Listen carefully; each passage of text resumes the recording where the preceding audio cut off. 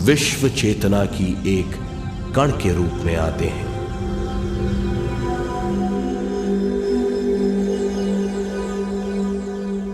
उद्गम स्थान से हम स्वयं के प्राणमय शरीर का एक ढांचा लेकर आते हैं। हम इस धरती पर अनोखे अनुभव करने आते हैं। अपने अनुभवों के लिए हम एक गर्भस्थान या कोख चुनते हैं। हम माता पिता, वातावरण और हालात चुनते हैं। जीवन का पूरा ढांचा स्वयं को मालूम होता है। मां को चुनने के बाद चेतना का एक कण मां के गर्भस्थान में प्रवेश करता है। चेतना का मां के गर्भस्थान में प्रवेश होने के बाद गर्भस्थ शिशु में प्राण आते हैं।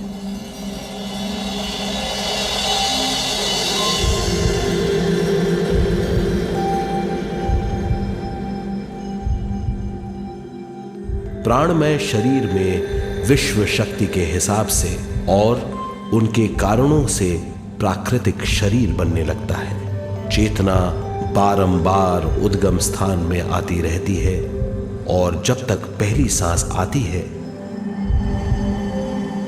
मां के गर्भस्थान से बाहर आने के बाद वो बाहर की पहली सांस लेता है। इसे जन्म कहते हैं।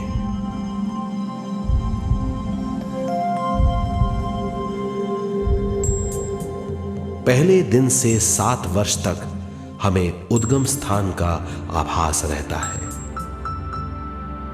7 वर्ष की उम्र से दिमाग अपना आकार लेना शुरू करता है। 14 वर्ष में यह क्रिया पूरी हो जाती है। बुद्धि की क्रियाशीलता 14वें वर्ष से शुरू होकर 21वें वर्ष में संपूर्ण हो जाती है। 21वें वर्ष से 28वें वर्ष तक मनुष्य शरीर, दिमाग और बुद्धि के मिश्रण का अनुभव करता है। 28वें वर्ष की उम्र से जीवन उसकी स्वयं की बुद्धि पर निर्भर करता है। अगर मनुष्य स्वयं से आगाह नहीं होता तो उसकी चेतना शरीर और दिमाग के बीच में अटकी रहती है और यहीं से सारे दुख शुरू हो जाते हैं। वो हालात समझ नहीं पाता। इससे हर बात सोचनीय हो जाती है। वो अपने आप को गुप्त कठोरता के आंचल में छुपा लेता है। कठोरता विश्व शक्ति के बहाव को रोक देती है, जिसके कारण वो शारीरिक बीमारियों के दबाव और तनाव में फंस जाता है। वो अपना जीवन बिना सावधानी के बिताता है। वो अपने जीवन का उद्देश्य नहीं समझ पाता। वो बचपन से जवानी, जवानी से बुढ़ापे तक जीवन बिताकर पृथ्वी से सिधार जाता है। वो अपने जीवन का उद्देश्य पूरा नहीं कर पाता।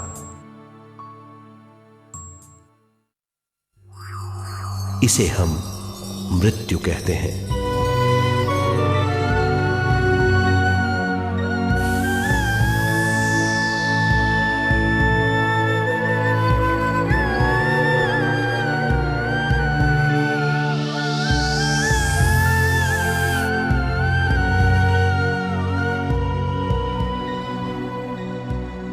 मृत्यु के बाद भी उसके दिमाग का कठोर स्तर, गलत बूझ चेतना को उद्गम स्थान नहीं पहुंचने देती।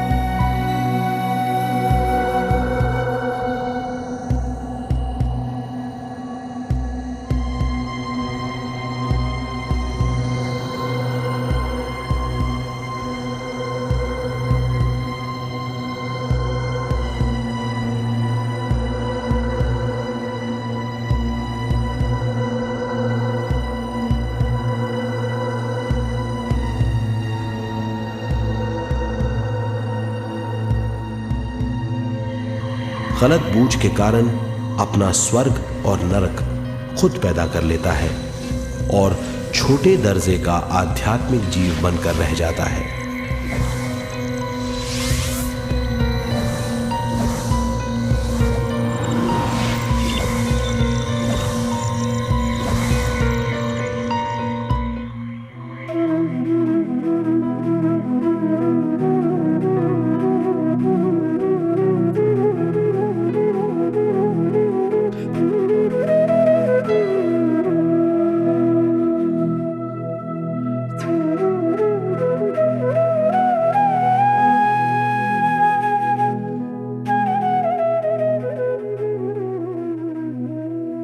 अगर मनुष्य स्वयं में सरोवर होकर अपना जीवन शुरू करता है तो वो हर हाल में आनंद पूर्वक रहेगा।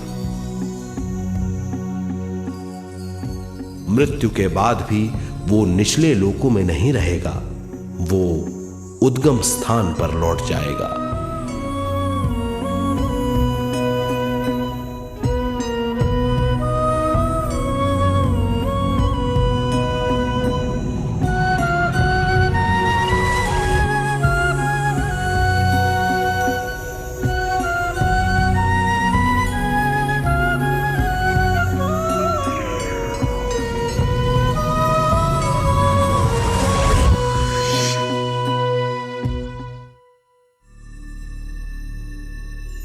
दिव्य चक्षु अनुभव और सूक्ष्म शरीर अनुभवों से ज्यादा ज्ञान प्राप्त होता है। इस ज्ञान से जीवन और मृत्यु का अर्थ समझ में आता है। शरीर, दिमाग, बुद्धि, स्वयं और जीवन की शक्ति अच्छी तरह समझ में आएगी। मनुष्य समझ जाएगा कि चेतना विश्व शक्ति और ज्ञान का मिश्रण है। चेतना शक्ति और ज्ञान पाने के लिए पृथ्वी पर आती है। सदा सच्चाई के सहारे जीने से मनुष्य पूरी सृष्टि की निर्माण व्यवस्था को पूर्ण रूप से समझ सकता है।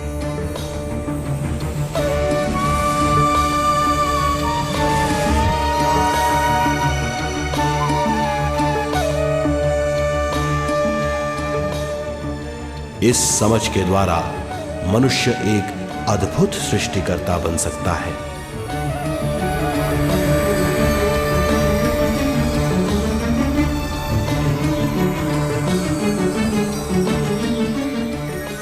और फिर मनुष्य का हर वाक्य ब्रह्म वाक्य होगा। वो जो सोचेगा वो संपूर्ण होगा। उसका हर कार्य एक नया आविष्कार होगा। यही है ज्ञान बोध।